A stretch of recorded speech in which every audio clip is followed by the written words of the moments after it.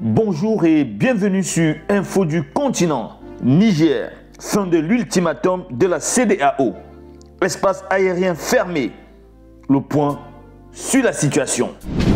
L'ultimatum de la CEDEAO a expiré. Niamey se prépare à une intervention en fermant son espace aérien. Cette menace de la CEDEAO contre la junte qui a pris le pouvoir le 26 juillet est arrivée à son terme dimanche à minuit. La tension est à son comble en Afrique de l'Ouest. Le Niger a fermé dimanche jusqu'à nouvel ordre son espace aérien face à la menace d'intervention qui se précise peu avant la fin de l'ultimatum de la CEDEAO, enjoignant les militaires ayant pris le pouvoir à Niamey à rétablir le président renversé Mohamed Bazoum sous peine d'usage de la force. Dans un communiqué, le Conseil national pour la sauvegarde de la patrie CNSP, qui a pris le pouvoir le 26 juillet, précise que toute tentative de violation de l'espace aérien entraînera une riposte énergique et instantanée.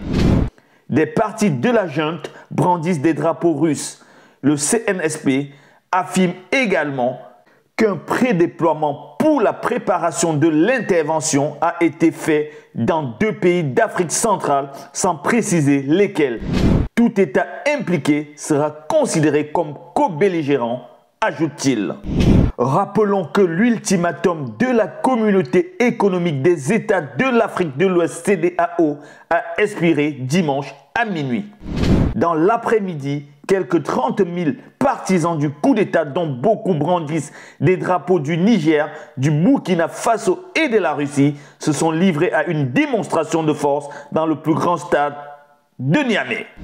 Ce stade est symbolique à plus d'un titre car il porte le nom de Séni Kountché, auteur du premier coup d'État au Niger en 1974.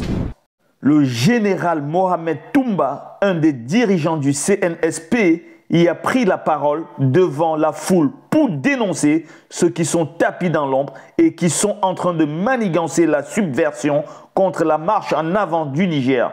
Nous sommes au courant de leur plan machiavélique, a-t-il dénoncé. Restez connectés sur Info du continent pour ne rien louper de l'actualité.